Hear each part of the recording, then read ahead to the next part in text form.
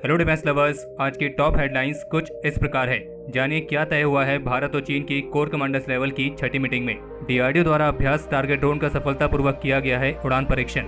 2 और FOC configuration वाले तेजस fighters तैयार हैं अपने ट्रायल्स के लिए। सीमा पर इंडियन आर्मी का सामना करने की बात से ही अब रोने लगे हैं Chinese soldiers. UN security council में भारत की परमानेंट सीट को लेकर 5 में से 4 परमानेंट मेंबर्स ने दिया है अपना समर्थन।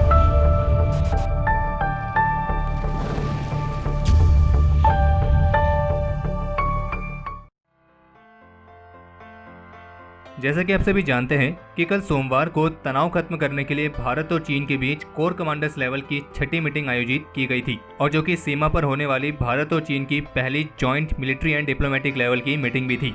और जैसा कि हमने आपको बताया था कि ये मीटिंग डिसएंगेजमेंट के कुछ नए रूल के साथ शुरू हुई थी, जिसमें सबसे अहम रूल ये था कि अब जो डिसएंगेजमेंट की प्रोसेस है वो सबसे पहले चीन की तरफ से शुरू की जाएगी। यानी कि पहले चीन की सेना यहाँ से डीएस्केलेट करेगी, उसके बाद ही भारत अपनी तरफ से कार्रवाई करेगा, और इसके साथ एलएसी के हर एक पॉइंट से डिसएंगेजमेंट एक साथ होगी। हालांकि जिस समय हम ये वीडियो रिकॉर्ड कर रहे हैं तब तक फिलहाल इस मीटिंग को लेकर कोई ऑफिशियल स्टेटमेंट देखने को तो नहीं मिली है, लेकिन अगर कुछ टॉप मीडिया सोर्सेज की माने तो कल की जो ये मीटिंग है वो 14 घंटे तक चली थी, और इस मीटिंग में दोनों पक्षों ने इस निगोसिएशन को आगे ले जाने का फैसला लिया है। तो इसीलिए एक बार फिर से दोनों पक्षों के बीच इसी तरह की एक और मीटिंग आयोजित की जा सकती है, और इस मीटिंग में सीमा पर तनाव को खत्म करने को लेकर ही मुख्य तौर पर बात की गई थी। और सोर्सेज का कहना है कि इस बातचीत में ये एजेंडा रखा गया था कि जो भारत और चीन के विदेश मंत्रियों के बीच 5 पॉइंट एग्रीमेंट पर सहमति बनी थी, इस एग्रीमेंट के इम्प्लीमेंटेशन को लेकर एक स्पेसिफिक टाइमलाइन को फिक्स किया जाए। और बाकी एलएसी के जो अभी हालात हैं वो पहले के जैसे नहीं हैं, और खास करके फायरिंग वाली घटना के बाद से यहाँ के एंगेजमेंट के जो रूल्स हैं वो भी बदल गए हैं, और जिसके चलते आप यहाँ पर तैनात ट्रूप्स को 5.56 mm के साथ साथ 7.62 mm वाली राइफल्स के साथ भी देख सकते हैं। और जबकि अभी हाल ही में डिफेंस जर्नलिस्ट मनीष प्रसाद ने अपने ट्विटर हैंडल से एलएसी पर तैनात आईटीबीपी ट्रूप्स की कुछ वीडियोस भी पोस्ट करी हैं, जिनको देखकर आप आसानी से अंदाजा लगा सकते हैं कि फिलहाल अब एलएसी के हालात कैसे हो गए हैं।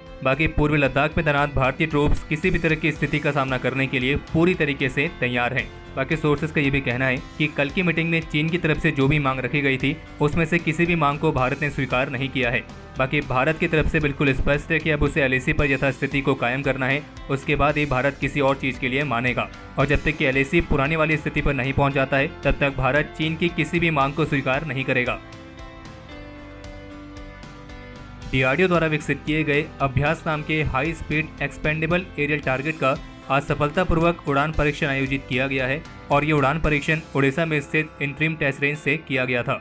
और ऑफिशियल स्टेटमेंट के मुताबिक इस दौरान 2 डेमोन्स्ट्रेटर व्हीकल्स को सफलतापूर्वक टेस्ट किया गया था, और इस टेस्ट के दौरान 5 किलोमीटर के फ्लाइंग एल्टीट्यूड, 0.5 मैक की व्हीकल स्पीड, 30 मिनट का एंड्योरेंस टाइम और 2G टर्न कैपेबिलिटी जैसे अलग अलग यूजर रिक्वायरमेंट्स को सफलतापूर्वक हासिल किया गया है।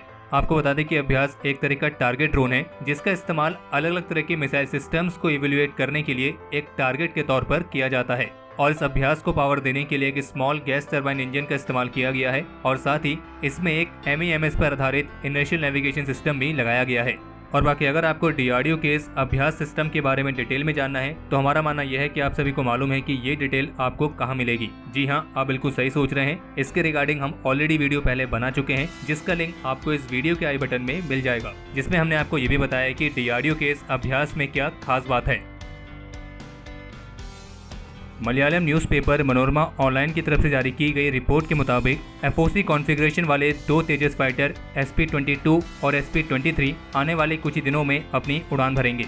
और इस रिपोर्ट में HAL ऑफिशियल्स के हवाले से इस बात की जानकारी दी गई है कि ये 2 एफओसी कॉन्फ़िगरेशन वाले तेजस फाइटर्स के उड़ान परीक्षण इस महीने के अंत तक पूरे कर लिए जाएंगे। और जबकि इन दोनों फाइटर्स के लो और हाई स्पीड टैक्सी ट्रायल्स को ऑलरेडी पूरा कर लिया गया है, और बाकी तेजस के जो एफओसी वेरिएंट्स हैं वो इंडियन एयरफोर्स की ऑपरेशन रिक्वायरमेंट्स को पूरा करने के लिए अपडेटेड सॉफ्टवेयर के साथ अपनी डिलीवरी के लिए तैयार हो रहे हैं। और जबकि LCA और एयरक्राफ्ट डिवीजन में इनके प्रोडक्शन रेट को भी बढ़ा दिया गया है, और इनका स्ट्रक्चरल वर्क इनके एडवांस स्टेज में है।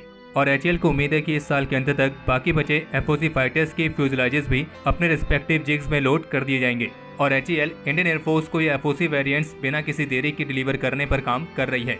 और एक बार वेंडर्स द्वारा इनकी मेजर असेंबलीज की डिलीवरी शुरू किए जाने के बाद फिर इनके प्रोडक्शन रेट की बढ़ने की पूरी संभावना है। और बाकी इसके अलावा एक रिपोर्ट निकल के सामने आई है DRDO की ATAGS को लेकर, जिसका अभी पिछले कुछ दिनों ही ट्रायल के दौरान बैरल एक्सप्लोड हुआ था। तो इसको लेकर ये कहा जा रहा है कि बैरल एक्सप्लोड होने के बाद फिर इस ATAGS होविट्जर के जो ट्रायल हैं वो फिलहाल कुछ समय के लिए रुक गए हैं, क्योंकि इन गन्स को रिपेयरिंग के लिए वापस पोखरण से बुला लिया गया है।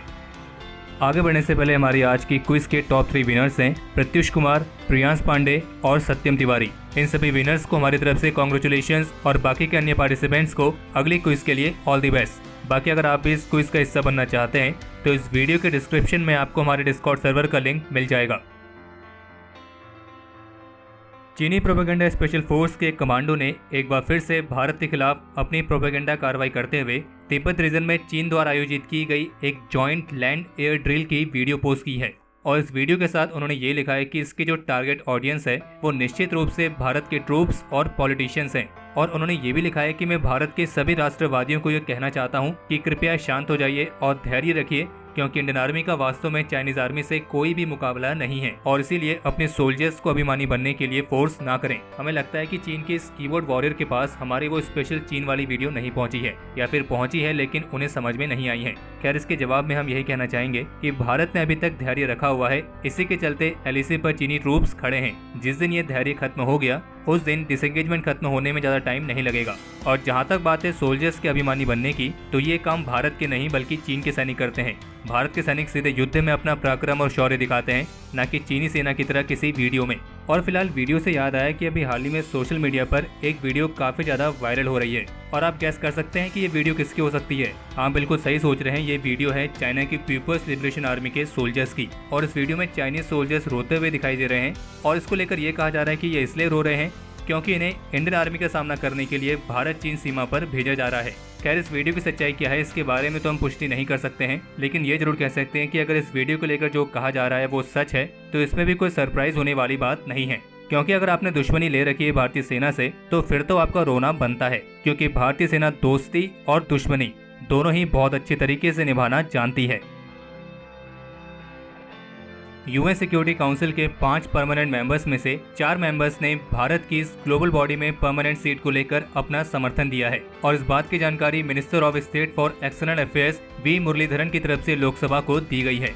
और जबकि सोमवार को भारत की तरफ से वेरियस UN बॉडीज में पाकिस्तान के खिलाफ एक मल्टी प्रोंग अटैक लॉन्च किया है, जिसमें भारत ने इस चीज को हाईलाइट किया है कि पाकिस्तान किस तरीके से अपनी जमीन पर आतंकवाद का इस्तेमाल करता है और उसे पनपने में मदद करता है। हालांकि UN के इस ह्यूमन राइट काउंसिल में पाकिस्तान ने एक बार फिर से जो असली मुद्दा है उस पर से ध्यान भटकाने के लिए भारत के आंतरिक मामले पर बात करना शुरू कर दिया था। लेकिन भारत ने भी UN ह्यूमन राइट काउंसिल को साफ साफ बताया है कि पाकिस्तान किस तरीके से भारत के आंतरिक मामलों के खिलाफ एक फेक इन्फॉर्मेशन का पॉलिटिकल प्रोपेगेंडा चला रहा है।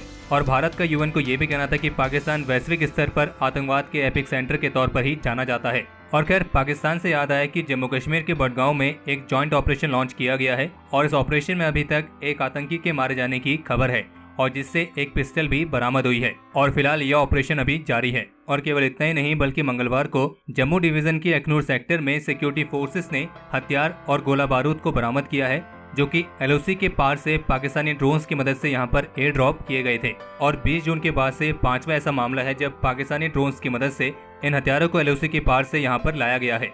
और इन हथियारों में 2 AK-56 assault rifle, 6 AK magazine, 180 ammunition round के साथ 2 Chinese made pistol, 30 round bullets के साथ 3 पिस्टल मैगजीन, 4 ग्रेनेड और 1 लाख रुपए का कैश बरामद हुआ है। और वैसे जब हमें ये न्यूज देखते हैं कि इतने हथियार बरामद हुए हैं, तब हमें ये लगता है कि पाकिस्तान जिस तरीके से आतंकवाद और उनके लिए हथियारों पर खर्च करता है, या फिर यूं कहें निवेश करता है, तो कहीं ऐसा ना हो कि आने वाले समय में जिस तरह भारत में आप अक्सर एक म्यूचुअल फंड का ऐड काफी ज्यादा देखते होंगे जिसमें यह कहा जाता है कि म्यूचुअल फंड में आज ही निवेश करें, तो पाकिस्तान में कुछ समय बाद ऐसे ऐड देखने को ना मिल जाए जहां म्यूचुअल फंड नहीं बल्कि आतंकी संगठन में निवेश करने की बात कही जाए और कहा जाए कि इसी आतंकी संगठन में आज ही निवेश करें और अपनी जिंदगी को बर्बाद करें।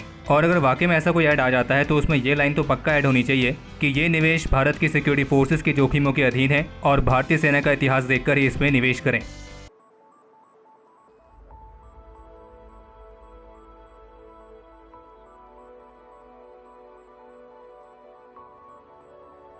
तो हमारे आज के इस एपिसोड के लिए इतना ही। और अगर आप इस वीडियो को यहाँ तक देख चुके हैं तो इसे लाइक करे बिना कहीं ना जाएं। बाकी इस एपिसोड को लेकर आप अपने सजेशंस और क्वेरीज कमेंट सेक्शन में शेयर कर सकते हैं, और अगर आप उनमें से हैं जिन्होंने अभी तक इस चैनल को सब्सक्राइब नहीं किया है तो इस चैनल को सब्सक्राइब करना ना भूलें।